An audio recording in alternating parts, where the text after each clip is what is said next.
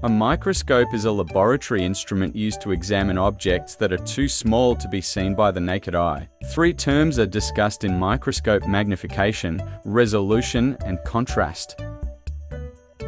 Magnification is the capacity of an optical instrument to increase the size of an object than its original size. Resolution is the minimum capacity of a lens to differentiate between two adjacent points. Contrast in microscopes refers to the darkness of the background relative to the specimen placed on the stage. Compound microscope consists of ocular lens and objective lens. The overall magnification power of such a microscope is equal to the product of magnification powers of both lenses.